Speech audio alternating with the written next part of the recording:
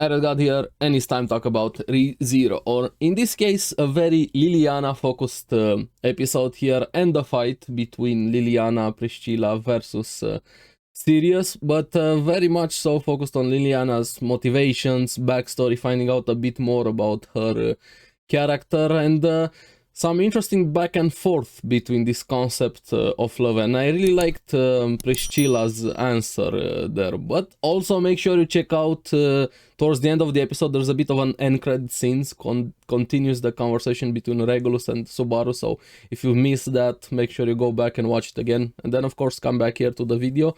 But anyway, enough rambling. Let's get into this episode and talk a bit about it. Now, of course, it's not as action-packed as the last episode, even though there's a fight, and from what I've heard, there have been some production issues, rumors, discussions going around. I don't know, as of recording, I didn't find a lot of information on this. I still enjoyed the episode quite a lot, but of course it doesn't have that animation that we had last episode versus Regulus, which is totally fine. I'm okay with it. I'm not complaining here, just an observation, but like I said, Liliana.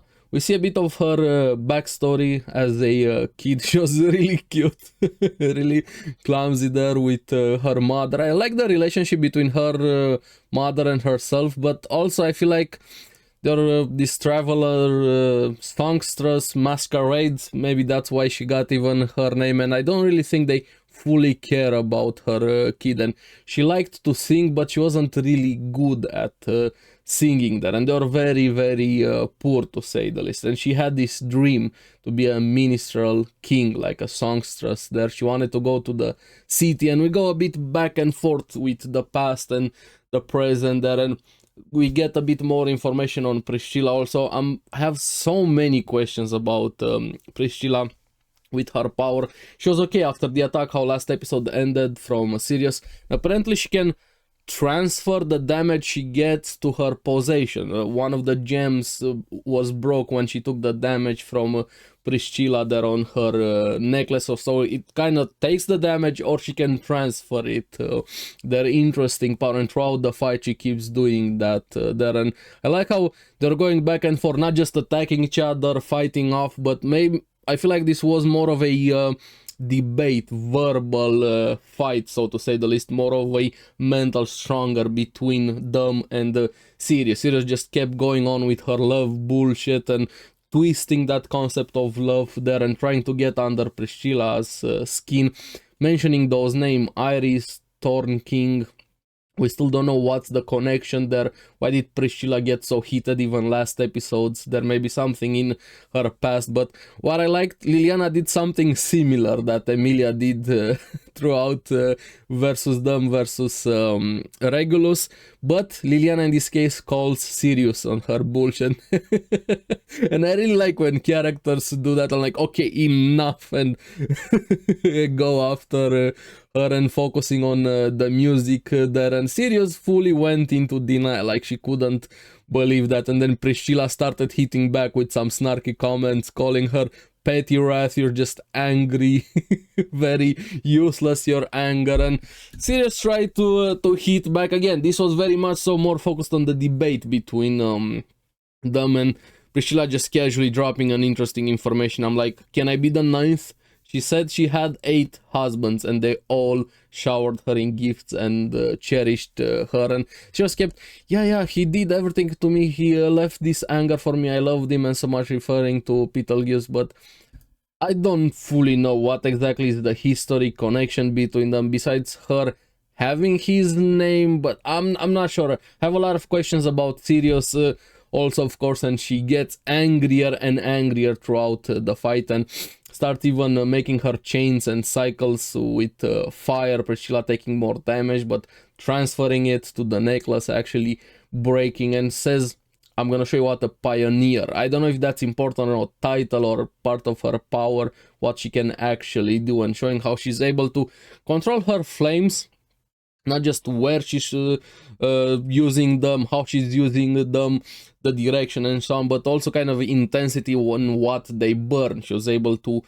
only make the flames burn whatever she wants, and everything else being immune to that, saying flames consume only what she decrees and tells Liliana to go on top of that tower there to sing here. And despite everything that was happening, I like Liliana not backing down and started singing there, and we see a bit of the flashback with how she ran away from home, everything she's been through, alone, starving, almost dying of thirst there. Nobody really helped her, paid any attention, doing random jobs just to get by, kind of like a kid running away from home there. She actually sees her parents but avoids them, and I don't really think they fully cared about her because they had a new kid. They didn't seem worried and like, yeah, whatever, we're fine. It's like they lost, I don't know, a paper bag or something. I don't even think they were looking for her, if I'm being honest. That's the vibe I got from that. But she still kept up with her dream, trying to do that, to push forward with it. But back in the present, she definitely felt the pressure, the guilt, everything that happened there.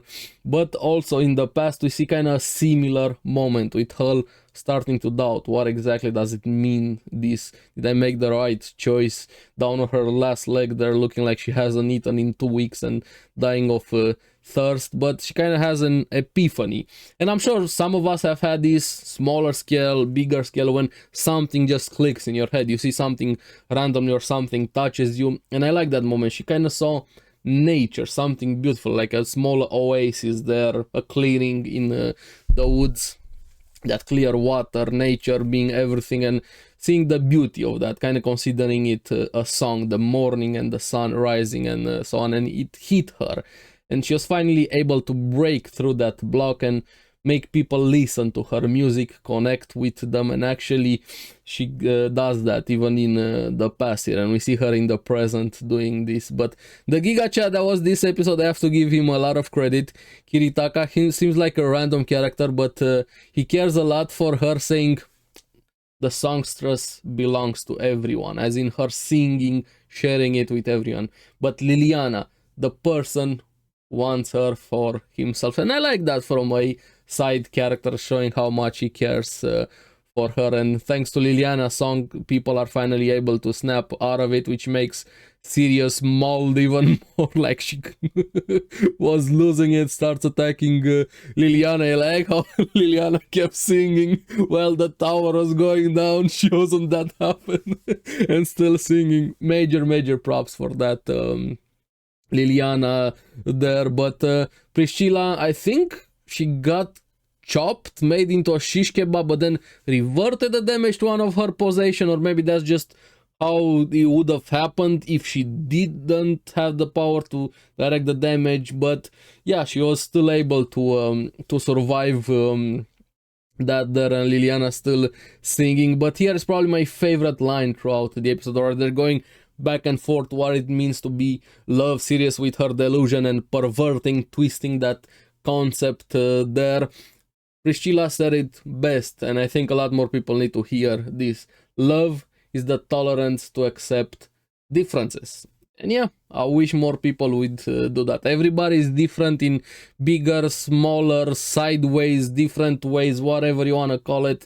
They view things differently, they think about things differently, they look differently for whatever reasons, they have different values. But if we're able to accept those differences, yeah, would be a much better place. Something so simple, very hard to do though there. And I like how Sirius still had that little girl from the start of this season, the sister of that kid, hostage, and Priscilla is like, I don't really care, and just proceeds to charge and actually cuts her, because she say the sword she has, calling it young sword, is able to burn and cut only what she wants.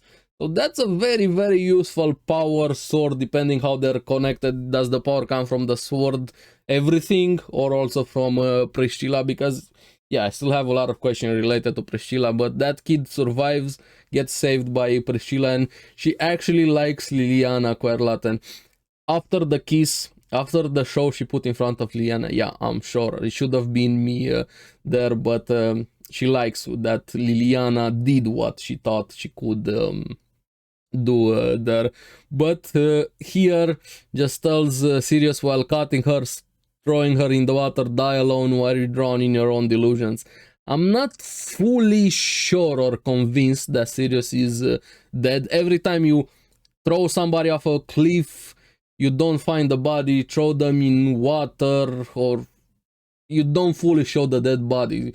That's my point here. I don't think she's dead, but she's probably out of commission, at least for now. So they finally took down one of the archbishops. Hey, first step, so to say, here. I don't know what's gonna happen with Sirius. I have a lot of questions. Also, why did she know that information related to Priscilla? But yeah, this episode is very much so a clashing of the minds, in a way, more importantly, here, and emotions, of course. And while Liliana was in water, very tired, almost drowning, the Kiga Chad, Kiritaka, comes in, saving her.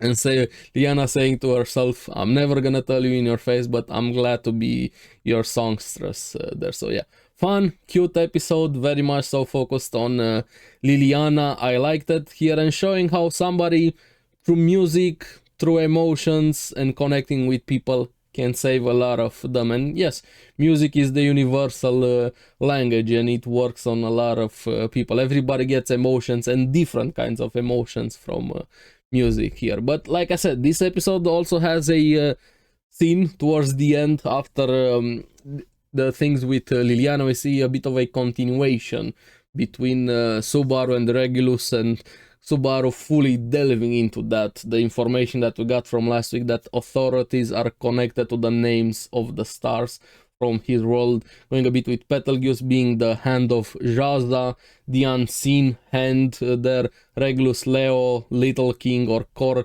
Leonis, or Lionheart here, and saying you can stop the time on your body and nothing really changes affecting you. Like I said last week, I think he can sort of extend that power in a way, the way he was able to throw that water there. So I'm not fully sure how exactly it works. At least we know the concept. But now we have Subaru being the distraction for Regulus to keep him busy while he was on the run, and having also working with Emilia to figure out what exactly it means, how it works, what's the connection between him and his wives, the little kingdom that he has there in those buildings, wanting to figure out the conditions for his power. It's very easy to understand the concept, but you gotta figure out how it works and the weakness and the mechanics behind it. So very much so fun episode here with Liliana. Like I said, my favorite scene there from Priscilla, and I'm very excited to see the continuation between Regulus, Subaru there, and when is Reinhardt gonna come back. But we'll see. I'm really curious what you guys thought about the episode. I liked it quite a lot. I like when characters get a bit more backstory, development, even though they're not part of the main cast, so to say. It's nice when characters get the attention, especially if they play such a pivotal role here. But now I have so many questions about Priscilla. Hopefully we're gonna get some episodes. If not this season, maybe later. Next season's focused on her. But let me know in the comments below what you guys thought about the episode. What was your favorite moment here, and what do you think about this big theory? I'm sure if we go down that rabbit hole, I thought about maybe do a video, but I'm sure pretty much everybody in the rezero community, especially if you have read the light novel, I'm sure this has been discussed, all the constellations, the names, the authorities, the connection here. Me as an anime only thought about doing it, but I'm lacking so much critical information, it's insane. So I'm gonna try very hard to stick anime only. Please don't comment any spoilers related to this or future things incoming. It's actually very hard for me to control not going ahead and spoiling things for myself, because I'm really weird with that. So series I do videos on, it takes a lot of self-control for me not to read ahead and look up things. So yeah, we'll see next week. I'm really excited. And then remember to like and subscribe, helps me quite a lot, and you guys get the latest videos on the series that I follow. So keep enjoying rezero. I'm gonna see you again on the next one. Bye bye.